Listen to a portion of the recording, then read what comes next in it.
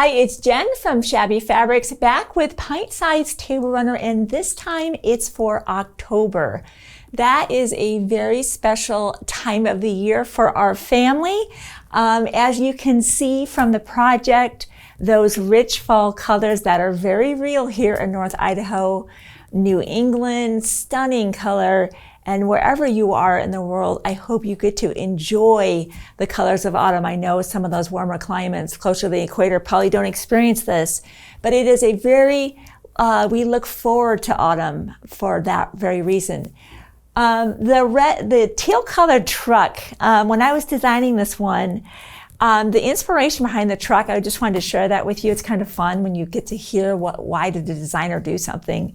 Where we pick pumpkins, they have these massive pumpkins that are like hundreds of pounds. And there's this old vintage truck, and they had a big pumpkin on the back of that. And that was for me, the jumping off point for the project. I actually started with the teal truck, and then the patchwork came together. What's fun about this particular month, besides trucks, everybody loves trucks, right? This is actually one big 12-inch block, 12 and a half actually technically, with the binding on there. And the previous months we've been doing 4 6-inch blocks and bringing them together, often with a sashing, and then we put our applique on both ends. So a little bit different this time. I'll talk you through everything. Definitely approachable even for a beginner. We started this series many, many months ago. If you haven't seen those videos, be sure to do that. We are offering the pattern. It's a wonderfully written pattern. We test everything here. As you can see, full color and full size diagrams, both for reverse refusable applique as well as layout.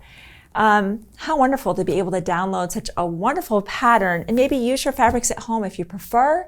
Or if you're like, nope, I don't even want to think about tracing all of that out and cutting it, because we've done that for you with our pre-fused laser cut applique, including even the sign that is not hand embroidered. It's called a knockout, and it's a procedure we do here with our lasers. It makes it a lot of fun to be able to have signs on our project, and you don't have to do hand embroidery to get it. Free pattern for a limited time, so if you're going to sew from home, be sure to do that right away. This later on will be taken down off of the internet and will be a pattern available for sale. If you're going to pick up the kit, we will be sure to include that pattern for you. You don't need to download anything. We're going to start off just examining our big 12.5-inch unfinished block here. We have parts of it sewn together. I wanted to break it out and show you really just how easy it is and what is the anatomy of this block. We have squares, we have half square triangles, and we have flying geese. That's it. So we're going to jump in and show you just how simple that is. We'll start off with those flying geese units, and our pattern talks about the Ultimate Flying Geese tool by Creative Grid. It's my go-to. I want to let you know that you can do this without that tool. I think it's lovely to have that tool. Not absolutely necessary. I will demonstrate that for you. I don't personally make flying geese blocks anymore without it because it frankly makes my blocks look great. I need all of the resources I can get to get precision and, of course, speed. I want to be able to make accurate blocks as quickly as I can. So how our pattern is going to talk you through making our flying geese units is right here on our page, where we're starting off with our beautiful autumn fabric with our tossed pumpkins. And we'll lay our 2 squares right sides together with this fabric, and we drew a line. And notice I'm trying to line up these lines. You're going to pin this well. You don't want any shifting to happen. Now, as you can see from our goal is to sew a 1/4 inch on either side of that drawn line. And I've got a couple of aids on my machine. I have the Cluck Cluck Sew diagonal seam tape as well as a seam guide. So let's use those to help us nail that 1/4 inch seam allowance. Even if it's not as accurate as you'd like, we have oversized this block and you'll be able to trim it down later.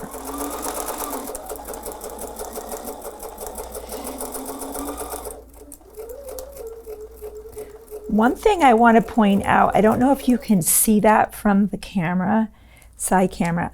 My line and this diagonal seam tape, that line is extending along, and I'm looking at that right now to keep my accurate 1/4 inch seam allowance.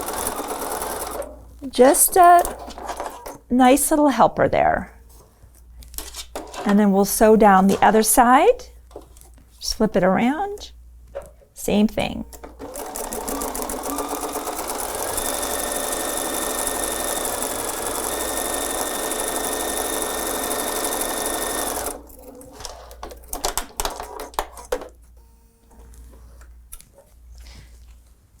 Okay, now once that's completed, we will just cut on the drawn line. I bet you were expecting that. And we'll have 2 halves. This technique of making flying geese, which is not how I learned, makes 4 flying geese units with minimal fabric. I love that. Minimal waste. We'll give that a press, and you'll press away from our autumn fabric. And again, here.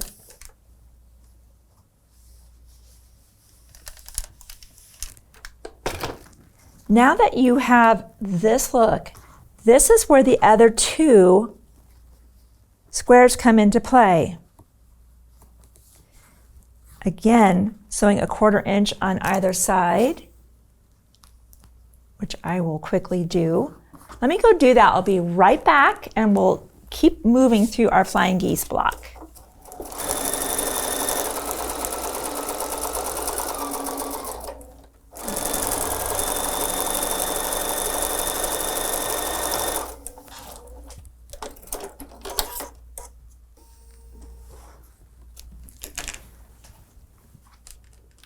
And of course, I would have done the other one, but let's put that aside. I just want to be able to demonstrate how this technique works.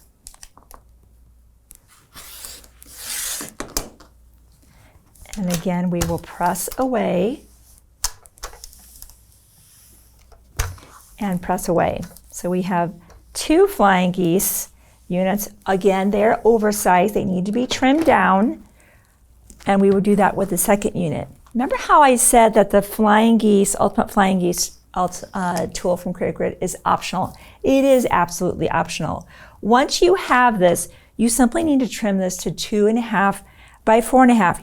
You could use any ruler you want to do that, but let me show you the lovely option of using this tool. And that tool has incredible versatility. It makes flying geese units from a finished size as small as 1/2 inch by 1. Can you imagine a little miniature quilt? Be adorable. All the way up to 4 by 8. This row says, all right, in order to do that, you'll cut 1 piece, and here's the various sizes. For us today, we did a finished size flying geese units of 2 by 4. So that larger piece of fabric here, this one, was 5 3/4 inches, and we had 4 of these cut to 3 1/4. That's how you read this ruler. Once you get to that stage where we currently are, we have trim 1 and we have trim 2. Trim 1, let's just take a look at that. We're letter D, we said that. We come over to trim 1, and we will be lining up our flying geese units and doing our very first trim. So I just need to get a little bit of space. The spinning mat is a wonderful tool to use in conjunction with this. Again, not absolutely necessary. Definitely improves not having to move anything, so improves accuracy. That's my letter D right there, fitting right inside my flying geese unit. So we make 1 cut and then rotate the mat.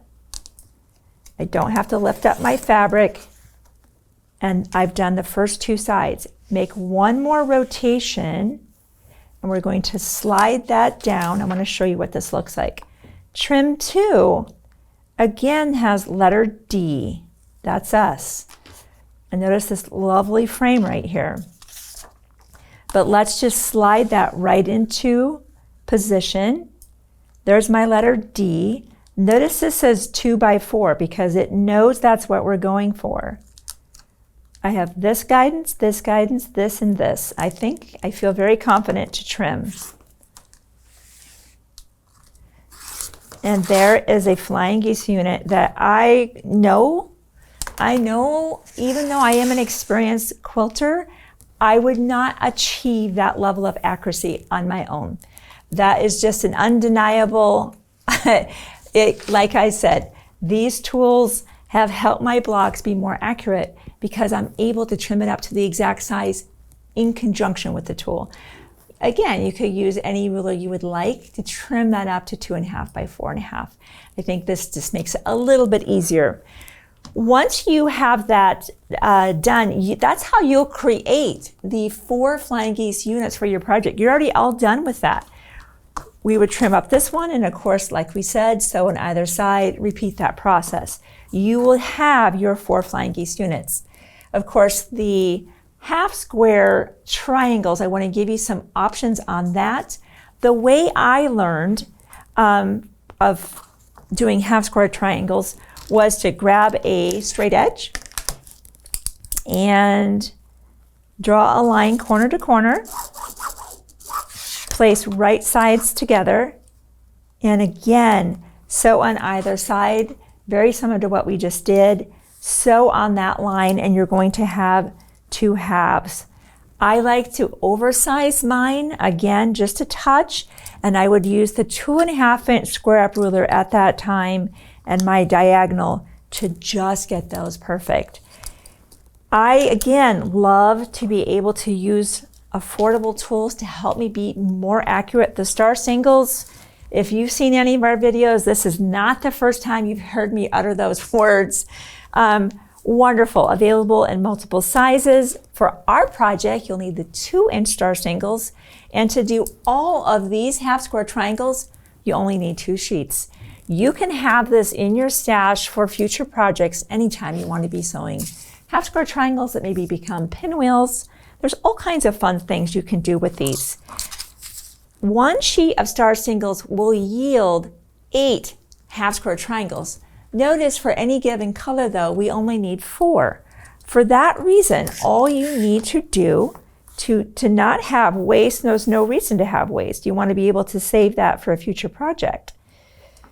Simply cut that in half, and now this will yield 4. In this case, what we've done with the green, all you need to know about star singles is dash lines mean you sew, solid lines mean you cut. That's all that it means. Be sure to shorten your stitch length. If you sew on a 2.5, even a 2.0, bring that way back to probably about a 1.5.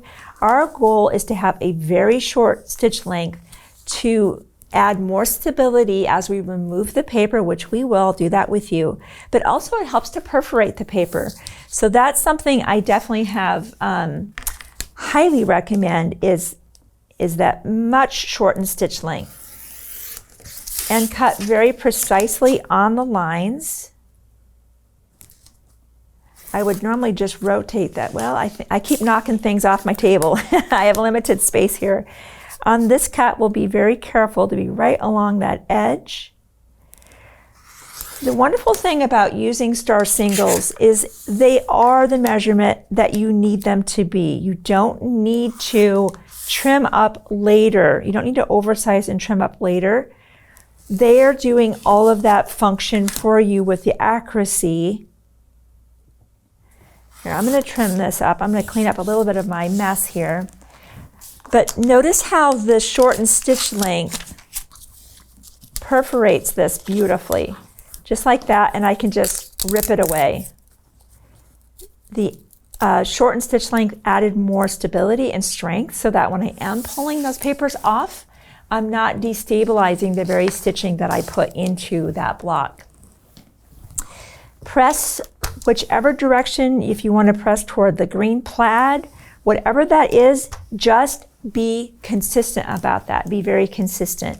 That's going to help us have some interlocking seams. these little extra pieces, some people call them dog ears, extra points, go ahead and trim those away. Now we're going to take a measurement check. Since we want a 2-inch finish, this should be measuring 2.5 inches right now, and it is right on the money. I can't recommend Star Singles enough. Absolutely incredible. So let me just put a few of these things aside here. And let's look at the construction now of how this goes together. It's very straightforward. You'll want, of course, your good patchwork pins and a 1/4 inch seam allowance or slightly less. There's a lot of seams coming together. So here's a good example of that.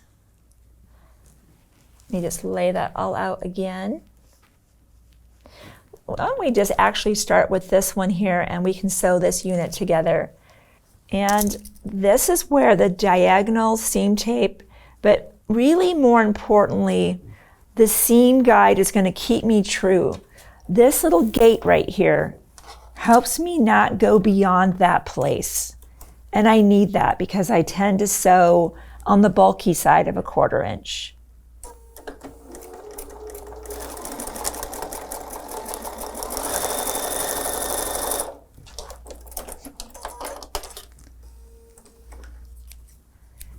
So let's see how we did with that. This is where it's going to be very important to have that 1/4 inch seam allowance, or just don't go over that. Some people get nervous when we say scant. The point is to not be over that seam allowance. We don't want that because then you'll start clipping your points. So let's see here. We are going to place this here. Of course, there's our Flying Geese unit. One thing I want to point out, it's very easy to want to always sew on the side. There's no seams. It's nice and smooth.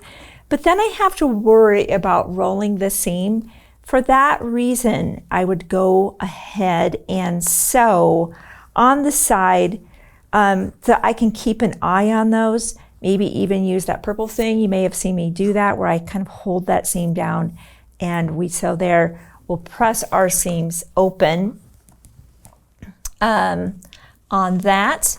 We'll have that. This, we'll just flip that over so you can see that. Pretty straightforward with the piecing. Of course, you're going to be pressing toward the block that has no seams, and that gives us some nice interlock. And we pressed our seam open there, and you'll attach your units. I just wanted you to see the back of that. So again, that's just our idea for pressing. Once that's all done, the units, of course, will be sewn together and then pressing the seams open. Very straightforward on the kind of the sewing everything together. Nothing tricky about that. Appliqué. There are some things about the appliqué, fun stuff. More pieces, those little stems came into play. The feedback I got from Bethany. In fact, before I even jump into that appliqué, I'm going to clean this up a touch, and I want to bring everything out and talk you through the process that Bethany did take in laying out all these pieces that would reduce the number of thread changes you'll need to make with the appliqué thread to stitch everything down. Let me get this cleaned up and I'll be right back, and we'll jump right into the appliqué ends of our table runner. So we now have everything ready to go for our appliqué. I always am excited to transition from the patchwork to the fun journey of just laying everything out. It's like building a puzzle. And as you can see, all of these things being prefused laser cut is just a wonderful luxury to be able to skip the tracing and cutting and jump right into what we love to do, and that's to start ironing everything down and stitching around. So just like we've done in the previous months, if you are downloading this from home and maybe using your own fabrics, this will be in 2 separate pages. Be sure to line up those registration marks and tape that well.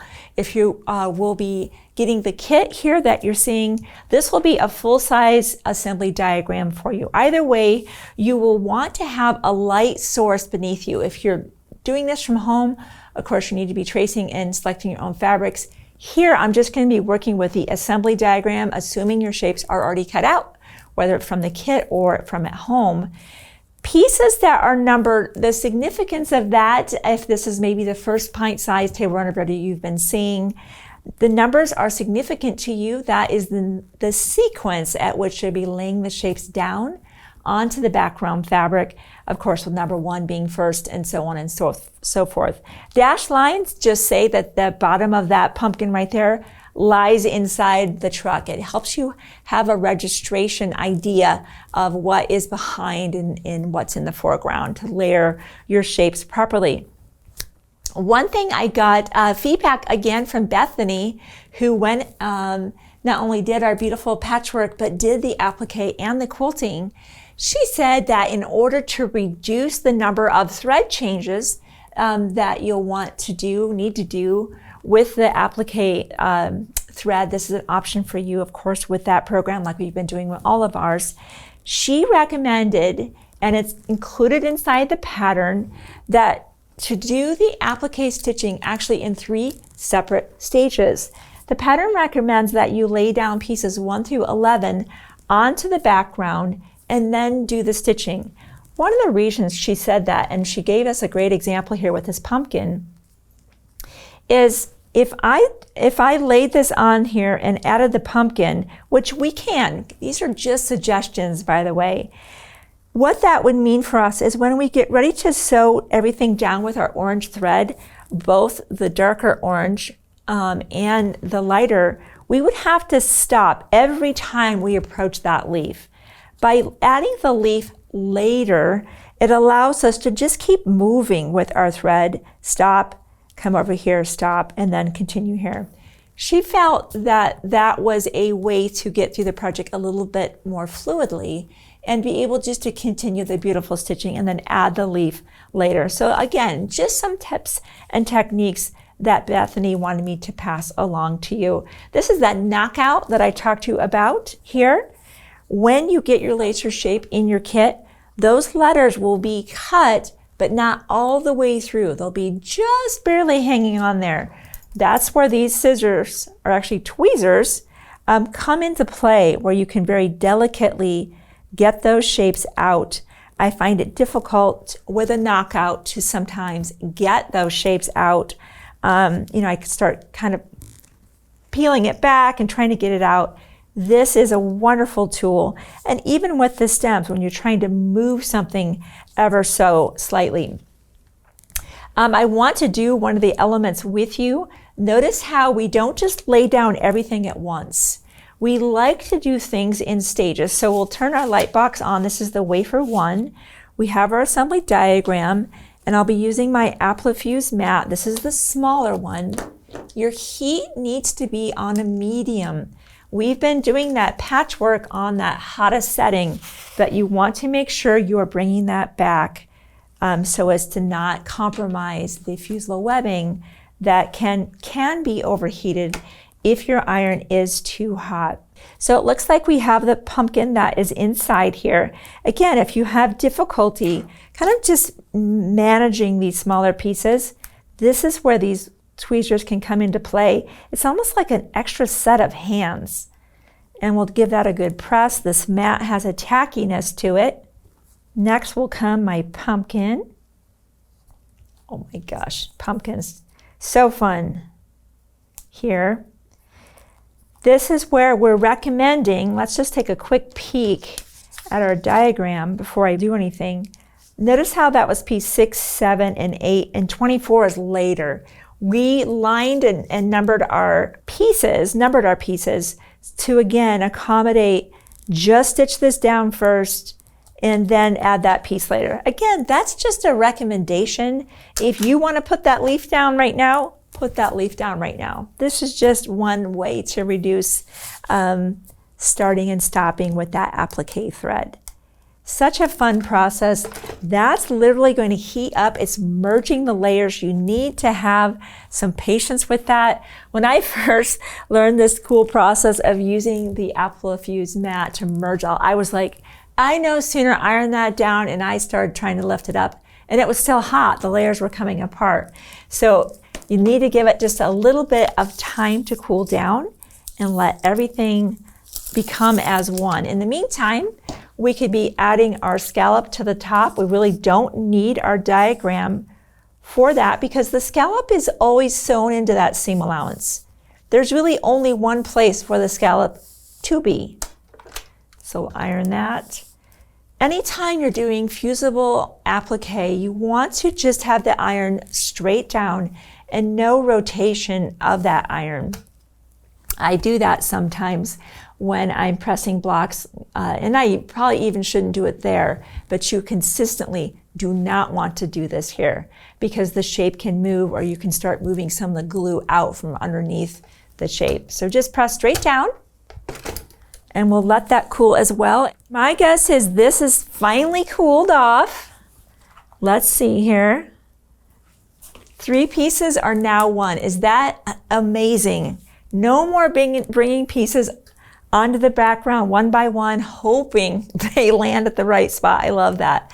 Okay, so you can see we've got certain elements put together, some are not. That is again kind of syncing up with a suggestion of pieces 1 through 11 going down, and then appliquing 12 through 16, applique again, 17 through 26, and that's your final round of applique. Again, just a suggestion. If you don't want to do it like that, and you want to build that sight picture, by all means, you'll be using that mat, or at that point, you can of course just be using the light source from behind, laying these pieces out. The base of the post is going to also be tucked into that seam allowance. And if you don't want to go 1 through 11 and you just want to lay out left to right, do it. And you can cut your thread as you need to. Lay all those shapes down. Just a reminder, I have done it before. I'm embarrassed to admit that. I have actually ironed on this light box, and you can't do that. You have to make sure you're moving that over and pressing everything down. Once you've appliqued both ends and stitched everything down, just like we've been doing in the past, sewing those to both ends, these projects, Bethany reminded me, she has fallen in love with using the Clover Wonder Clips. Back in the day when I was doing some of my smaller projects on my own machine, small projects like this, I'm digging in my junk drawer for safety pins, and well, Clover knew that people like me could use this product. The Wonder Pins are wonderful to use, nice and sharp, and it's a great way to be able to stabilize everything while you're doing your stitching. We'll zoom in on that. You can see that Bethany did her diagonal stitching here on the applique units, and she did some stitching in the ditch to help accentuate all the nice patchwork you did on your Pint Size Table Runner. November is well underway for design as well as December. I can't wait to bring those to you. I hope you're enjoying the series. Join the conversation, and I'll see you soon on another Shabby video.